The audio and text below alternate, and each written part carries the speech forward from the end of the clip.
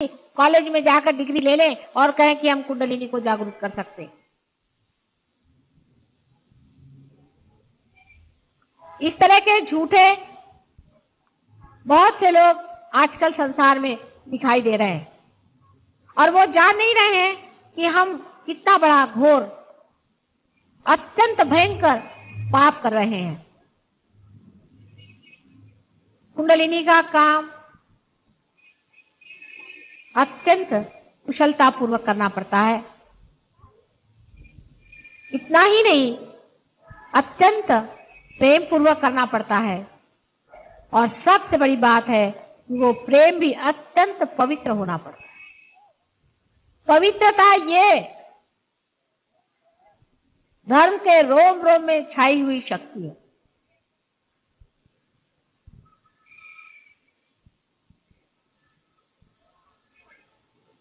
जो आदमी पवित्र नहीं होता है, जो दूषित विचारों से भरा रहता है, जिसका सारा चित्त दूसरों का पैसा, दूसरों की पत्नी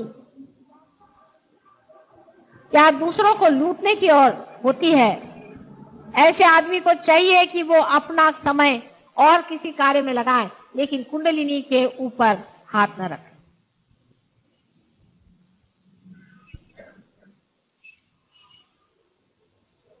कुंडलिनी जितनी सौम्य है, जितनी कृपालिनी है, जितनी वरदायिनी है, जितनी मातृ हृदय से प्लावित है, उतने ही उसको संभालने वाले गण बेटी जो कि उसकी रक्षा करते हैं वो प्रखर और तेजोमय है। किसी भी प्रकार का खेल जब कुंडलिनी के साथ होता है तो वो पूरी तरह से कुंडलिनी की रक्षा में तत्पर रहते हैं और ऐसे लोगों को नष्ट भ्रष्ट कर देते हैं जो इस तरह का पाप करते हैं। सबसे महान पाप, सबसे बड़ा पाप संसार में यही है कि किसी भी साधक की कुंडलिनी अनधिकार चेष्टाओं से उत्तिष्ठ करना, इससे बढ़ के कोई भी पाप संसार में नहीं है। मां की हत्या से भी बढ़ के ये सबसे बड़ा पाप है कि आप किसी की कुंडलिनी को हाथ लगा रहे हैं अनधिकार चेष्टाओं से।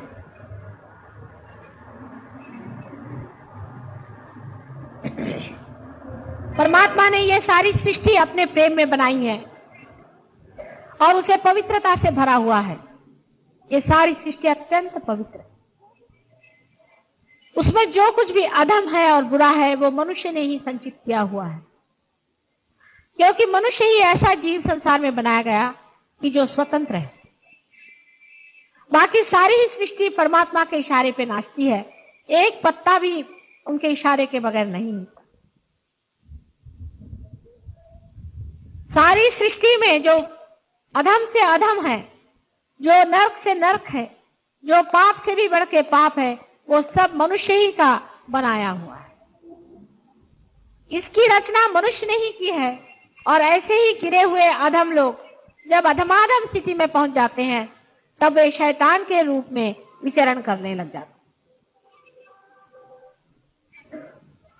शैतान परमात्मा ने नहीं बनाए, उसको मनुष्य ने बनाया है और वो शैतान की पूजा करता है क्योंकि उसने ही उसकी रचना की। जब तक हम शैतान को शैतान नहीं कहेंगे, जब तक हम अधर्म को अधर्म नहीं कहेंगे, जब तक हम बुराई को बुराई नहीं कहेंगे, तब तक हमारे अंदर अच्छाई जागरूक नहीं होता।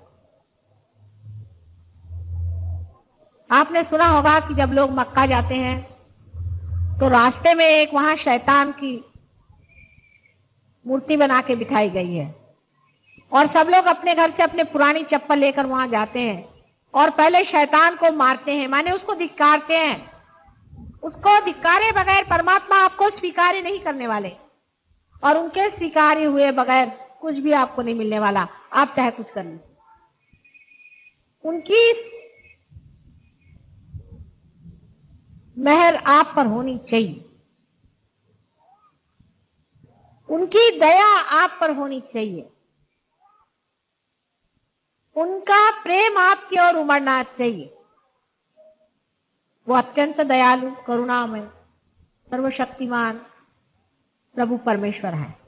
लेकिन अगर आप अधमाधम कार्य में बैठे हुए हैं और आप उस शैतान की पूजा कर रहे हैं जिसने संसार में एक अजीब तरह का चक्र चला दिया, जिसने अधर्म का एक चक्र चलाया हुआ है, और जो उसके बहुत सारे अनुचर संसार में पैदा होकर के अधर्म को फैला रहे हैं, जब तक उस शैतान को तुम पूरी तरह से धिक्कार नहीं करोगे, तब तक परमात्मा भी आपको स्वीकार्य नहीं करता। इस मामले में अगर आधा अधूरापन है आपके अंदर में, तो आप अपने ही साथ छल कपट कर रहे हैं। उसको पूरी तरह से आपको धिक्कारना होगा, उसको पूरी तरह से आपको छोड़ना होगा, नहीं तो आप में जो कुछ भी मिथ्या है वही आपके अंदर बैठा रहेगा और जो सत्य आपके अंदर है वो प्रकट नहीं हो। जब तक आपके अंदर सत्य प्रकट नहीं होगा, संसार में भी सत्य कैसे फैल सकता है? जैसे कि समझ लीजिए, सूर्य पर अगर बादल छा जाए तो अंधेरा आ जाता है, और अगर बादल हट जाए तो सूर्य फिर से चमकने लग जाता है। इसी प्रकार मनुष्य ने ही अत्यंत अधम कार्य करके जो शैतान तैयार किया हुआ है, उस शैतान के बादल आज भी संसार के ऊपर इतनी बुरी तरह से मंडरा रहे हैं कि हो सकता है कि अगर सहज योग पूरी तरह से न पनप पाया तो वो दिन दूर नहीं जबकि हम लोगों का सबका ही सर्वनाश हो जाए और अंधकार के गर्त में हम डूब जाएंगे। उस अंधकार में भी सहयोग में जिन जीवों ने परम कार्य किए हुए हैं वो सितारों जैसे चमकेंगे, तारों जैसे उनकी महिमा हो। ये बहुत बड़ा आपका स्थान है। आज इसे आप नहीं समझ पा रहे हैं, लेकिन इतिहास में इस बात की चर्चा होगी। इतने सहयोगियों ने सत्य पर अपने पैर जमा लिए। आधा अधूरापन छोड़ दीजिए, छोटी छोटी बातों की ओर उलझने की जरूरत नहीं है। आप बहुत बड़ी चीज पर जमे हुए। इतनी बड़ी चीज पर जमने वाले लोगों को चाहिए कि छोटी मोटी चीजों की ओर बिल्कुल ही ध्यान नहीं।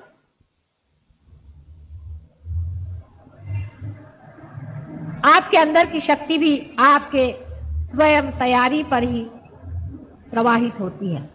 अगर आपकी तैयारी कम हो तो वो शक्ति भी थोड़ा हल्का ही अपना जोर दिखाएगी, लेकिन अगर आपकी तैयारी पूरी तरह से है और शैतान को पूरी तरह से नाही और धिक्कार करने की आपके अंदर शक्ति है, तो आप ही में से बहुत बड़े बड़े संत और गुरुजन निकलने वाले हैं। और एक बड़ी भारी पीढ़ी आज जन्म ले रही है। एक 5 साल के बच्चों से लेकर के आज ऐसे नवोदित बहुत से बड़े बड़े जीवों ने एकदम से संसार में जन्म ले लिया है, जैसे कि ऊपर ही से कहीं से सारा की सारा उनका पूरा तबका स्टैका ही उतर आया। बहुत से बच्चे मैं देखती हूँ कि वो पार ही पैदा हो गए, पर नींव के पत्थर तो आप ही हैं। सहयोग के नींव के पत्थर आप लोग हैं।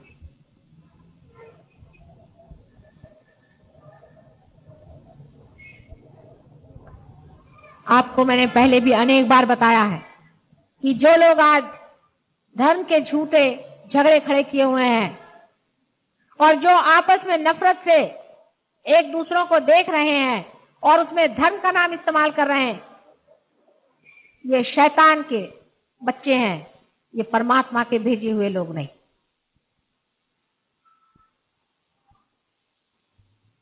परमात्मा ने कभी भी द्वेष और दुष्टता को मान्यता नहीं दी है, लेकिन उसका खंडन किया है, उनका संहार किया।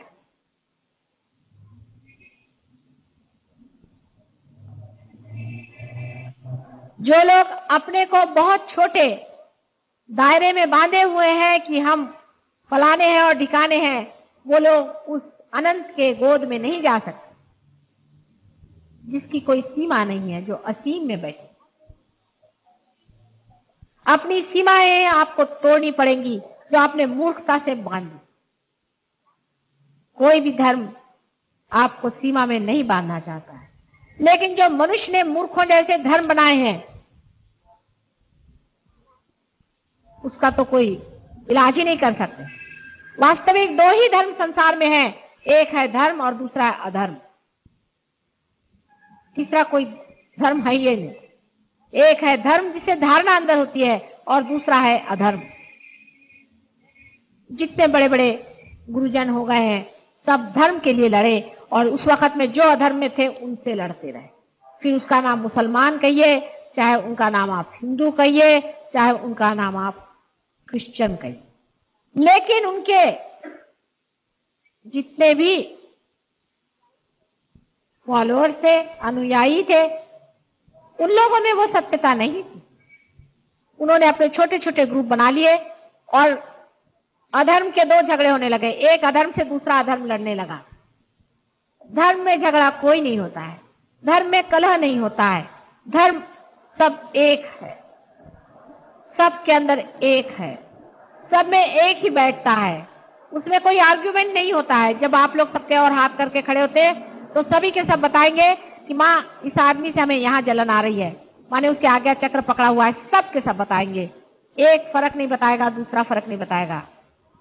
जो कोई भी इस हॉल के इस छत को देखेगा तो यही बताएगा कि ये छत सफेद रंग का है, दूसरा रंग नहीं बता सकता। जब आप हंसेंगे तो एक ही ढंग से हंसते हैं और जब रोएंगे तो आपके आंख से आंसू आएंगे और एक ही ढंग से आप रोएंगे। उससे भी कितना अधिक धर्म का अपना स्वरूप है जो कि व्यापक है और सबके अंदर एक जैसा।